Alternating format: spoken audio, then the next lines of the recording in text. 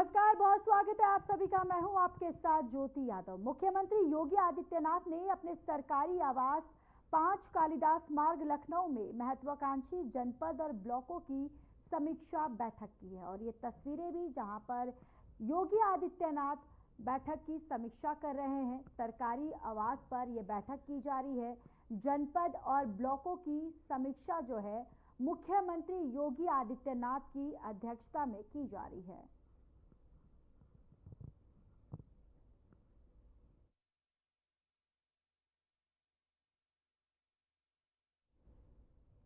Operation सिंदूर को सफलता के बाद उत्तर प्रदेश विधानसभा अध्यक्ष सतीश महाना ने आज सुबह अपने विधानसभा क्षेत्र में जब भारत माता का गर्जन किया तो वातावरण राष्ट्रभक्ति को भावधारा से भर उठा। महाना ने प्रधानमंत्री नरेंद्र मोदी, गृहमंत्री अमित शाह और रक्षा मंत्री राजनाथ सिंह के प्रति गहरा कृतज्ञता भाव प्रकट करते हुए कहा कि ये केवल एक सैन्य अभियान नहीं बल्कि हर भारतीय की आत्मा को सुकून देने वाला क्षण है, यानी सुकून देने वाला एक पल है। तो जिस तरीके से 22 अप्रैल में पहलगाम आतंकी हमला हुआ था और जिसके बाद पूरे देश में ये रोष था, पूरा देश ये चाह रहा था कि जल्द से जल्द भारत जो है इसका बदला ले, और देखिए भारत ने यहाँ पर बदला ले भी लिया और भारत ने ये भी दिखा दिया कि ये आज का भारत है कि घर में घुसकर मार सकता है। और देखिए यहाँ पर आज जिस तरीके से ये ऑपरेशन को एक सफलता हासिल हुई है जिससे पूरे देशवासी जो है वो काफी गौरवान्वित महसूस कर रहे हैं।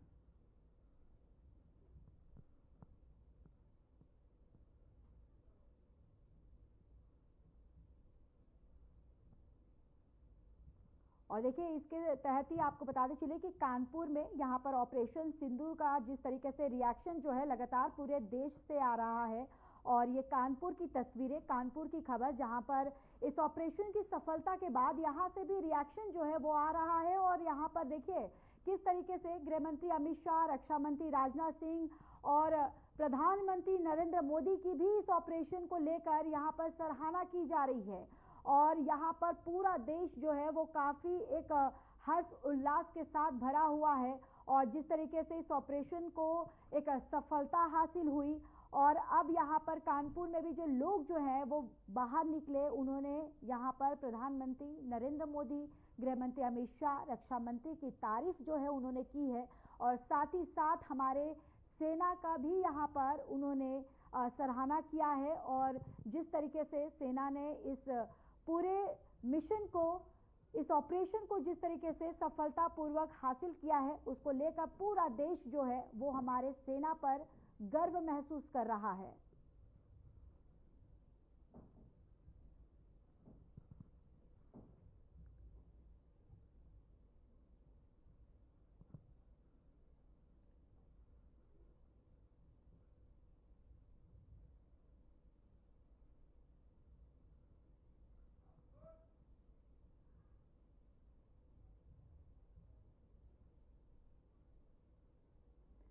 और ऑपरेशन सिंदूर के बाद अब लगातार पूरे देश से रिएक्शन जो है वो आ रहा है और विश्व अध्यक्ष जो है उन्होंने यहाँ पर जयकारा लगाया। भारतीय की आत्मा को सुकून देने वाला उन्होंने ये क्षण बताया और ये जाहिर सी बात है जिस तरीके से इन आतंकवादियों ने पहलगाम में जो निर्दोष पर्यटकों पर जिस तरीके से एक निर्मम उनकी हत्या की गई थी, उन पर अटैक किया गया था और जिस तरीके से उनकी जो धर्म पत्नियां थी उनको ये भी कहा गया था कि तुमको नहीं मारेंगे, तुम ये जो संदेश जो है वो अपनी सरकार को जाके देना।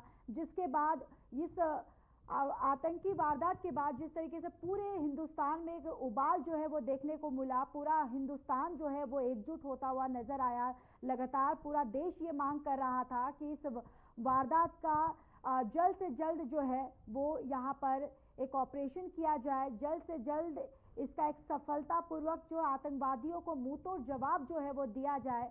और देखिए जिस तरीके से रात के 1:30 बजे के करीब में इस ऑपरेशन को जिस तरीके से अंजाम दिया गया, जिस तरीके से ये ऑपरेशन जो है वो सफलतापूर्वक यहाँ पर हुआ और यहाँ 9 आतंकी ठिकानों पर दरअसल भारत की तरफ से हमला किया गया, जिसके बाद पूरा देश जो है वो हमारे वीर जवानों पर, हमारे सेना पर गौरवान्वित महसूस कर रहे हैं।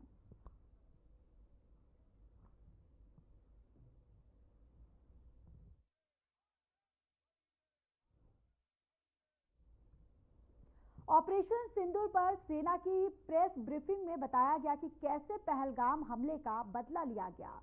विदेश सचिव विक्रम मिस्त्री ने कहा कि भारत ने अपने अधिकार का इस्तेमाल किया और पीओके में आतंकी ठिकानों को तबाह किया।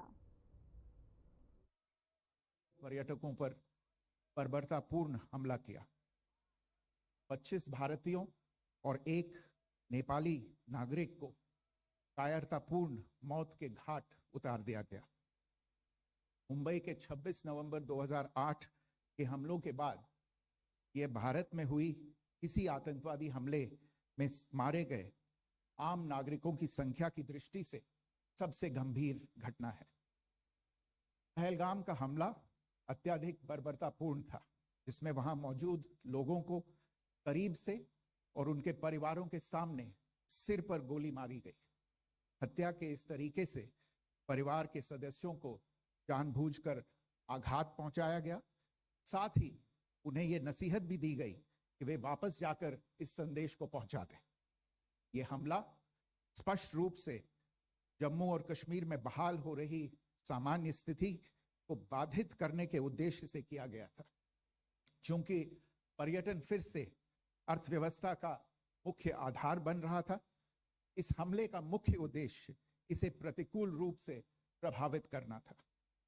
पिछले वर्ष आप सभी जानते हैं 2.25 करोड़ से अधिक पर्यटक कश्मीर आए थे। इस हमले का मुख्य उद्देश्य इसलिए संभवतः यह था कि इस संघ राज्य क्षेत्र में विकास और प्रगति को नुकसान पहुंचाकर इसे पिछड़ा बनाए रखा जाए और पाकिस्तान से लगातार होने वाले सीमा पार आतंकवाद के लिए उपजाऊ जमीन बनाने में सहायता की जाए। हमले का यह तरीका जम्मू और कश्मीर और शेष राष्ट्र दोनों में सांप्रदायिक दंगे भड़काने के उद्देश्य से भी प्रेरित था। इसका श्रेय सरकार और भारत के सभी नागरिकों को दिया जाना चाहिए कि इन प्रयासों को विफल कर दिया गया। एक समूह ने खुद को रेजिस्टेंस फ्रंट टीआरएफ कहते हुए इस हमले की जिम्मेदारी ली है। यह समूह संयुक्त राष्ट्र द्वारा प्रतिबंधित पाकिस्तानी आतंकवादी समूह लश्कर ए तैयबा से जुड़ा हुआ है। यह उल्लेखनीय है कि भारत ने मई और नवंबर 2024 में संयुक्त राष्ट्र की 1267 कमेटी की सैंक्शंस मॉनिटरिंग टीम को अर्धवार्षिक रिपोर्ट प्रस्तुत की थी, जिसमें टीआरएफ के बारे में साफ इनपुट दिए गए थे।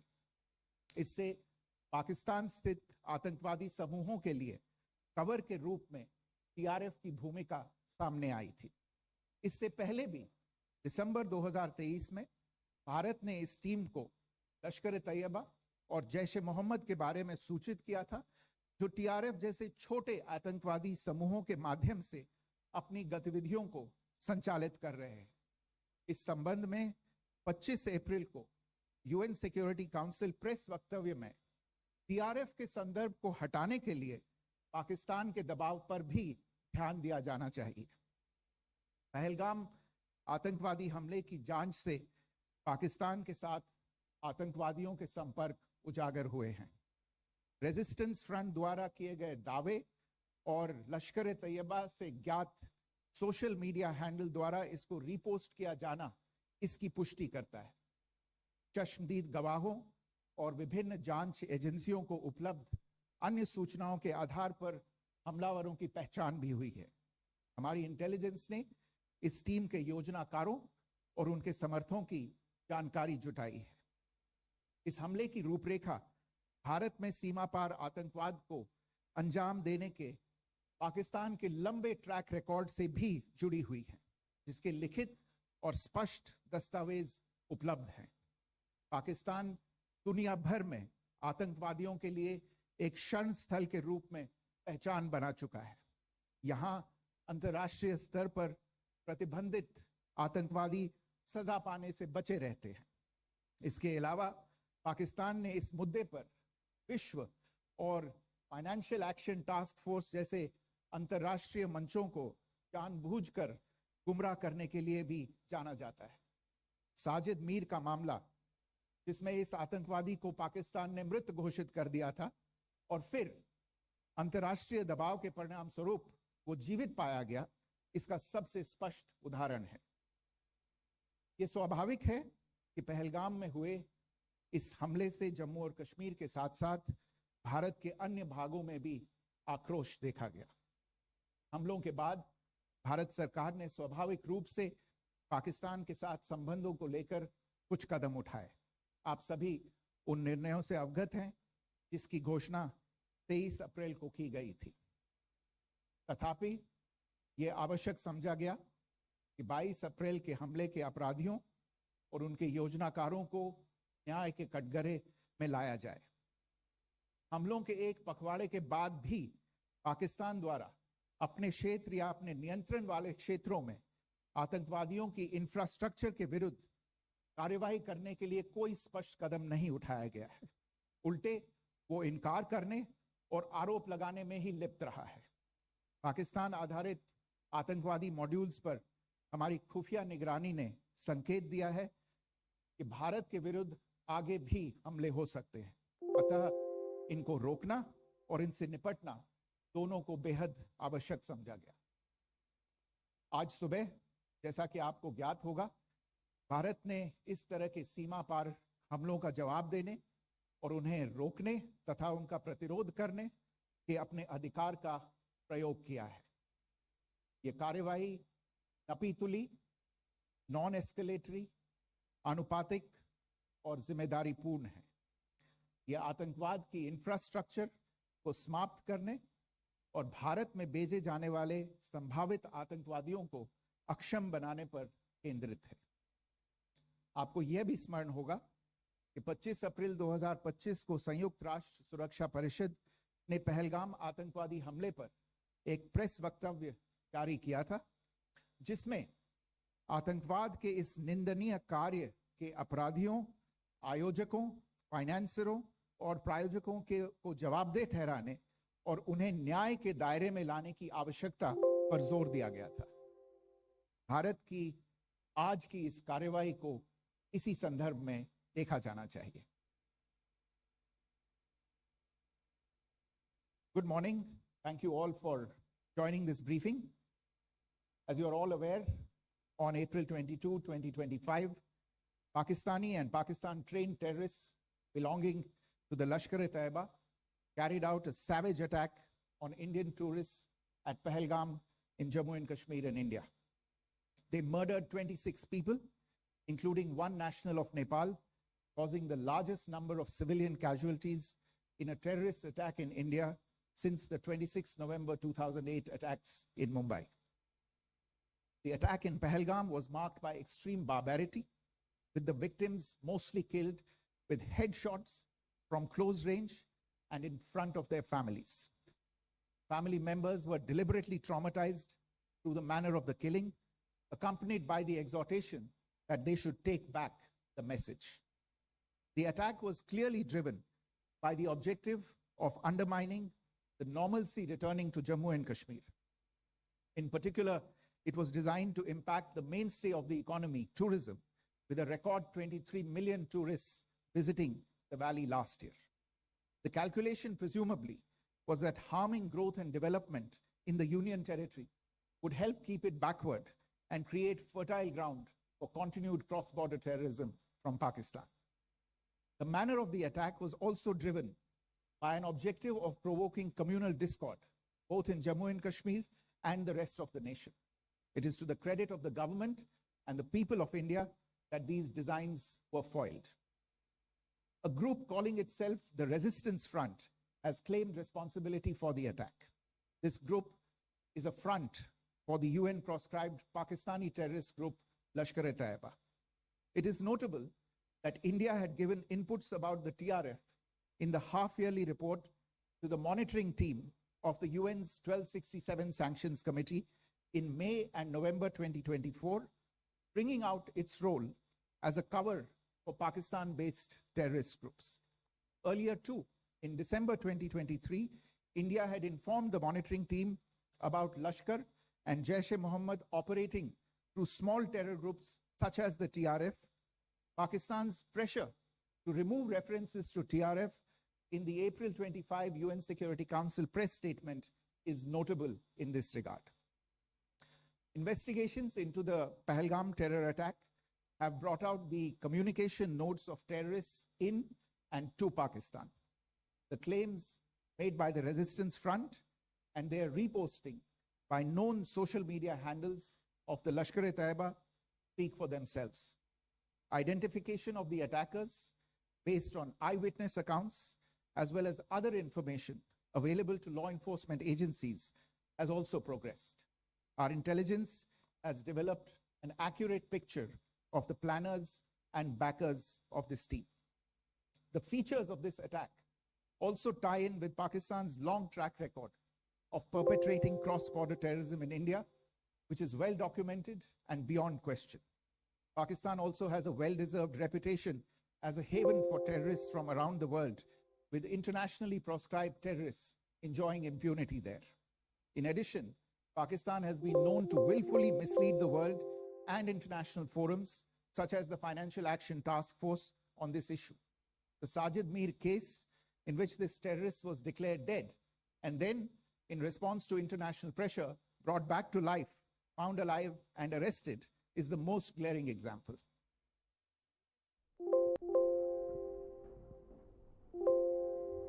तो देखिए जिस तरीके से ऑपरेशन सिंदूर का एक सफलतापूर्वक यहाँ पर हुआ है, जिसको लेकर प्रेस ब्रीफिंग जो है वो हम आपको दिखा रहे थे, जहाँ पर विदेश सचिव विक्रम मिस्त्री ने पूरी जानकारी जो है वो दी कि किस तरीके से इस पूरे ऑपरेशन को ऑर्गेनाइज किया गया और किस तरीके से इस पूरे ऑपरेशन को एग्जीक्यूट किया गया. To our engagement with Pakistan, you're all aware of the decisions that were announced on the 23rd of April. However, it was deemed essential that the perpetrators and planners of the 22nd April attack be brought to justice.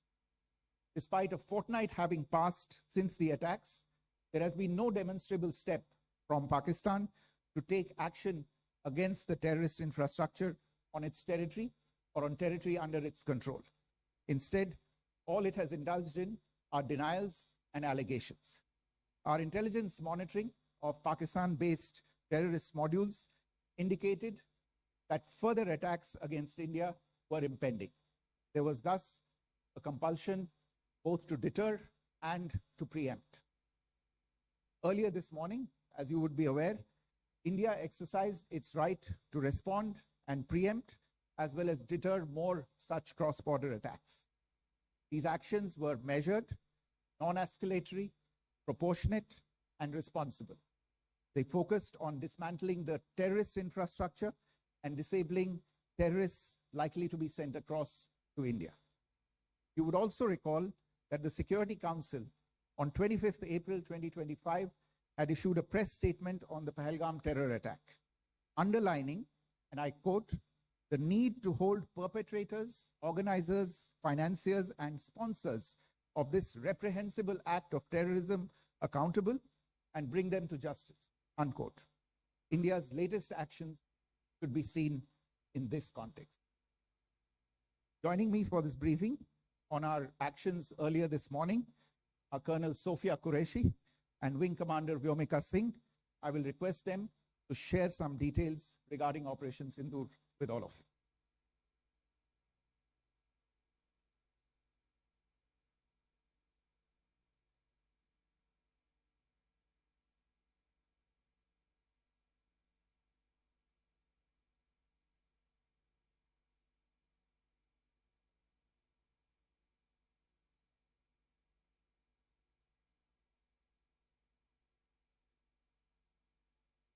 प्रभात देवियों और सज्जनों, मैं colonel Sophia Qureshi और मेरे साथ wing commander Vyomika Singh आज आपको 6 से 7 मई 2025 की रात 1:05 से 1:30 बजे के बीच भारतीय सशस्त्र बलों द्वारा अंजाम दिए गए ऑपरेशन सिंदूर के बारे में जानकारी देंगे।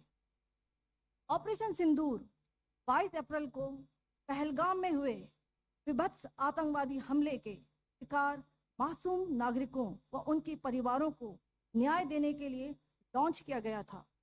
इस कार्रवाई में 9 टेररिस्ट कैंप्स को टारगेट किया गया और पूरी तरह से इसे बर्बाद किया गया। पाकिस्तान में पिछले 3 दशकों से टेरर इंफ्रास्ट्रक्चर का निर्माण हो रहा है।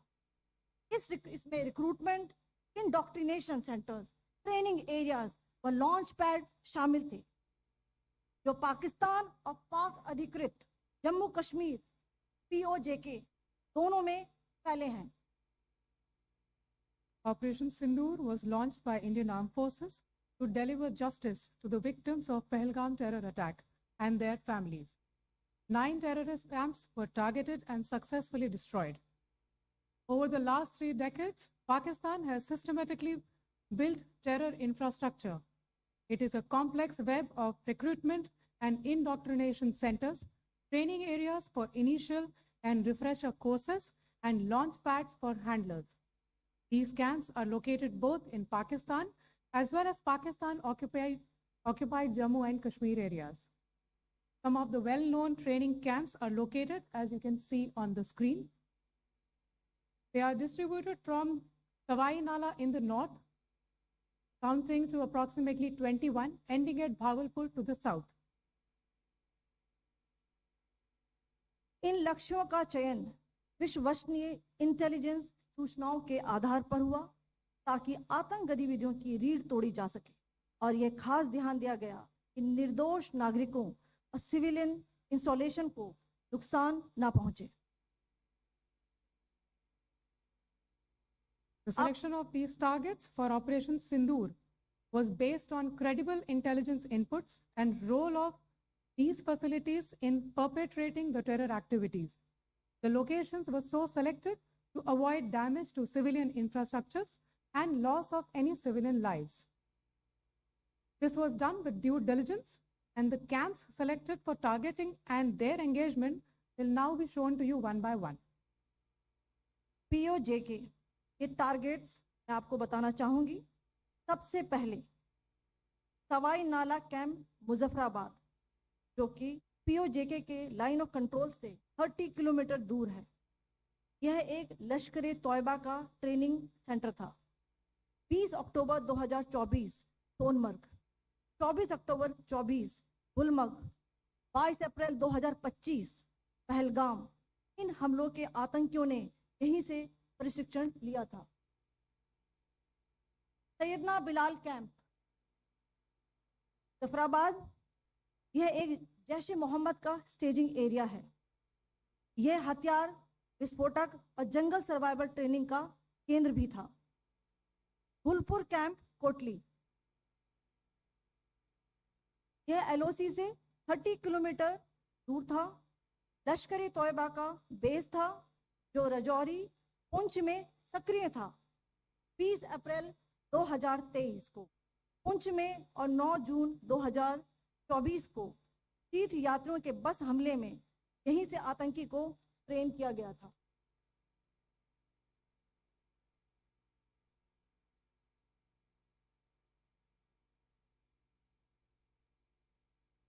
बरनाला कैंप भिम्बर, ये LOC से 9 किलोमीटर दूर है। यहाँ पर हथियार, हैंडलिंग, IED व जंगल सर्वाइवल का प्रशिक्षण केंद्र था। अब्बास कैंप कोटली,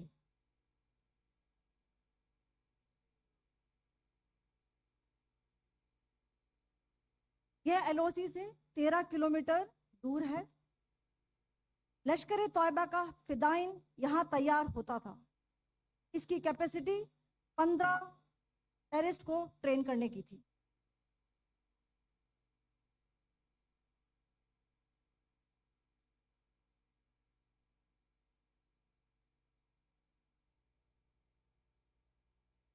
अब मैं पाकिस्तान के अंदर के टारगेट से अवगत कराना चाहूंगी। पहला, सर्जल कैंप सियालकोट, यह अंतर्राष्ट्रीय सीमा से 6 किलोमीटर की दूरी पर है, सांबा कटवा के सामने।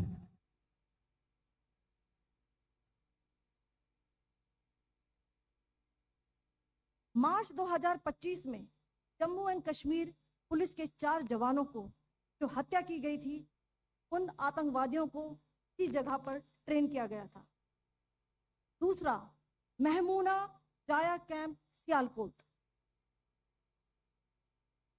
यह 18 से 12 किलोमीटर आईबी से दूर था। हिजबुल मुजाहिदीन का बहुत बड़ा कैंप था। ये कठुआ जम्मू क्षेत्र में आतंक।